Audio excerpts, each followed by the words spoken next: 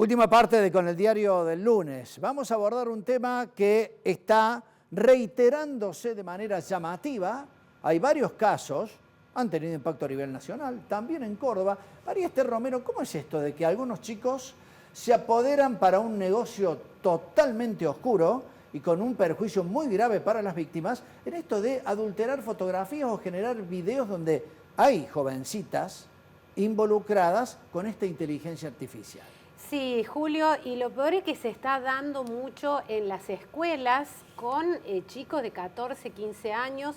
El caso más grave se dio en el mes de julio en el Colegio Preuniversitario Manuel Belgrano, donde un compañero del último año comenzó a tomar fotos de redes sociales de sus compañeras, les hizo Photoshop, es decir, con inteligencia artificial se modifican, se adosan otros cuerpos y las subió a un sitio porno, a un sitio pornográfico.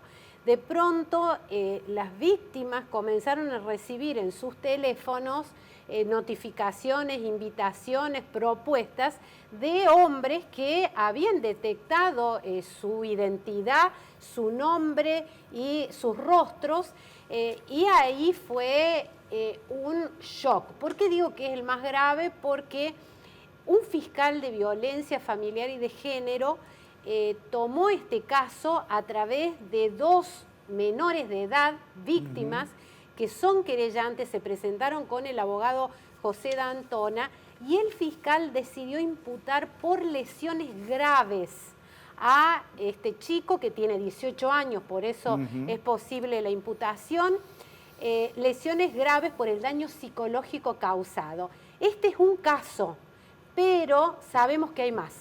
El perjuicio que esto provoca, me parece que no tomamos, cualquiera de nosotros, verdadera dimensión de lo que esto puede llegar a ocasionar. Bueno, nos está acompañando esta noche la doctora Marina Victoria, es ayudante fiscal de la Unidad de Delitos de Violencia de Género, está aquí en el estudio con nosotros. Doctora, bienvenida, buenas noches. Hola, buenas noches, ¿cómo están? Bueno, para hablar de esta historia que nos relataba, horrorosa realmente María Esther Romero, empezamos hablando por el daño a las víctimas, que son las que se han visto involucradas sin quererlo, sin desearlo, en esta historia realmente muy difícil para ellas.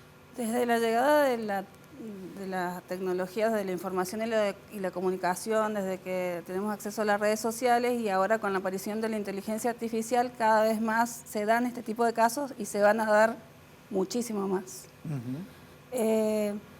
Lo que tenemos que tener en cuenta es el grave que, como yo hablaba cuando me lo han preguntado en otras oportunidades, esto no es un chiste, no es una broma, es algo que puede tener consecuencias sumamente graves en las víctimas y en aquellos que llevan a cabo la acción, porque pueden ser pasibles de ser imputados del delito de... Hay que analizar el 128 del Código Penal, que es la producción de imágenes pornográficas, que también puede llegársele a aplicar porque habla de imágenes reales o simuladas. En este caso sería una imagen simulada con inteligencia artificial. Y también, como en el caso, como habló recién María Esther, en el caso de las lesiones, el fiscal que investiga la causa hizo una pericia en las víctimas y se determinó que no eran leves sino graves las lesiones. Y hay casos en donde pueden llegar a ser gravísimas y ambos delitos tienen penas altas. Es decir, usted hablaba de imágenes simuladas, también son simuladas, sí, pero el impacto... El impacto que causa es tremendo. ¿Por qué? Porque la inteligencia artificial las hace tan perfectas las imágenes que es imposible distinguir si son reales o simuladas. Antes, a lo mejor con un Photoshop uno se podía dar cuenta que más o menos era algo trucado. Ahora uno no se da cuenta que la imagen es simulada. Se viralizan en grupos de WhatsApp, en redes, etcétera, y el impacto que le causa a la víctima es muy grande a nivel emocional, le causa lesiones de tipo psicológico a muchas de las víctimas. Nuevas o que pueden verse agravadas otras lesiones que ellas, otros problemas psicológicos que trajeran de antes y que se agravan en virtud de esta situación. Doctora, ¿están recibiendo más casos? ¿Desde cuándo? Sí. ¿Qué es lo que están viendo ustedes desde la justicia? Yo no puedo hablar de casos en particular, pero desde que yo conozca, que haya llegado a mi conocimiento, por lo menos cuatro colegios. En el marco de instituciones educativas. Es decir, no sé a nivel particular cuántos más habrán, yo no he tenido ninguno. ¿Están viendo ustedes una reiteración de estos casos? y salen a la luz, se da publicidad, estamos hablando de esto, y está buenísimo para educar y para que los chicos se den cuenta que no es un chiste. Las consecuencias que les pueden traer tanto a nivel penal como a nivel institucional, o sea, porque hablábamos muchas veces, nos dicen, ¿y qué hace el Poder Judicial, lo que hace el fiscal, lo que hace con el estudiante que sigue en la institución o lo que sea? Son vías diferentes. Una es la administrativa, el colegio deberá decidir qué hace con ese chico o los autores del hecho. El Poder Judicial se ocupa de la investigación y las medidas de protección se ocupa el Juzgado de Niñez, Adolescencia, Violencia Familiar y Género, que es el que decide si no tienen que tener contacto, si hay provisiones de acercamiento, etc.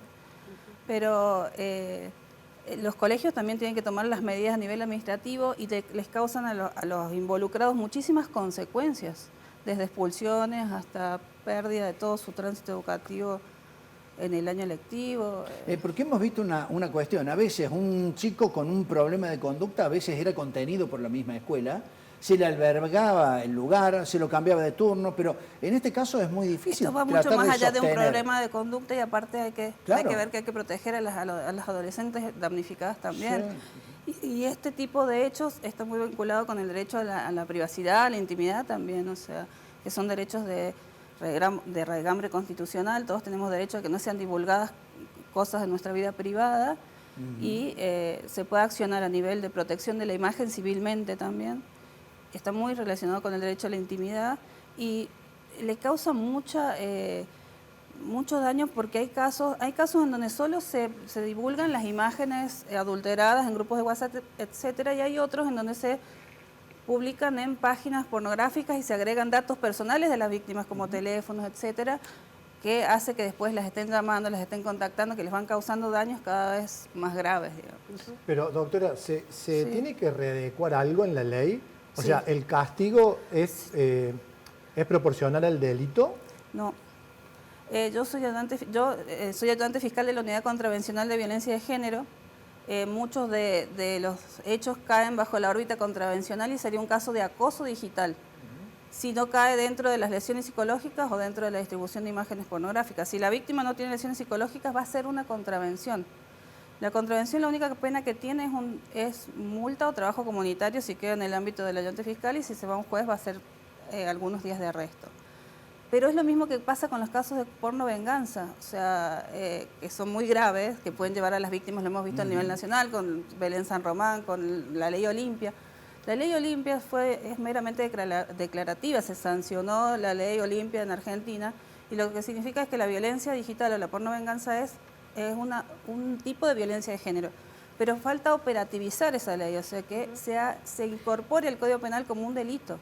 La porno venganza hoy en día la investigo yo, que soy ayudante fiscal contravencional, la juzgo yo, y la pena es un delito, una multa o trabajo comunitario, y la víctima se queda con sabor a poco para la gravedad de los daños que le ocasionan. Sí. Doctora, ¿y qué pasa en la cabeza de los agresores? Porque yo sostengo que un teléfono celular con el cual uno puede editar una imagen es un aparato, digamos, es la tecnología que está al alcance. Ahora, un chico de 14, 15 años tiene que tener en su mente, digamos, tiene que generar la idea de hacer eso que usted bien dijo, no es una picardía. No. ¿Qué está pasando con los victimarios? ¿Cuál es, digamos, el diagnóstico que usted ve en este fenómeno? Creo que no dimensionan las consecuencias. Creo que nos falta avanzar mucho en educación. Educamos en muchos aspectos, pero nos falta mucho en educación digital, de entornos digitales, en lo que es el acoso digital, el bullying. Nos falta mucho en educación a través de las cosas que se hacen a través de las tecnologías de la información y la comunicación hoy en día, con el avance que ha habido. ¿Qué tiene que hacer una víctima de un episodio de esta naturaleza?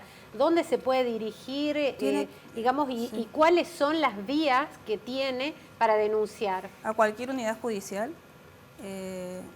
sobre todo, bueno, al Polo de la Mujer pueden ir también, que es donde está mi unidad, que es la Unidad Contravencional de Violencia de Género, que traten de resguardar las URLs de las cuentas, a través de las cuales se difunden las imágenes o a través de las cuales publican en sitios de pornografía, y guardar capturas de pantalla de las publicaciones o de los videos que se difunden, etcétera, para después poder, bueno, iniciar la investigación. Pero antes esto es un gran avance porque antes las víctimas no sabían a dónde dirigirse o qué hacer con Sí. este tipo de hechos, digamos. O sea, que no pensaban que esto no es un delito, que no es una contravención o que no iban a pasar nada con este tipo de hechos, que es una broma y nada más, y es algo mucho más grave que una broma. Los casos de porno venganza pueden terminar en suicidios, en cosas gravísimas. Entonces, por eso el tema de las lesiones psicológicas en las víctimas de este tipo de hechos. Ya con chicas que no querían volver a la escuela, ni ya es a suficiente. reunirse con sus entornos, era demasiado impactante. Doctora Sí. Marina Victoria, le agradecemos por la No, participación gracias a en el programa. ustedes, gracias Muchas a ustedes. gracias. Muchas Bueno, gracias. y nos estamos despidiendo. Volvemos, por supuesto, la semana que viene con el diario del lunes. Saludo a los panelistas de esta noche, los periodistas Diego Canigle, María Esther Romero y José Busaniche. Hasta la Julio, próxima. nos vemos el lunes. Nos vemos Hasta el lunes. próximo lunes. Gracias a ustedes por acompañarnos. Buenas noches.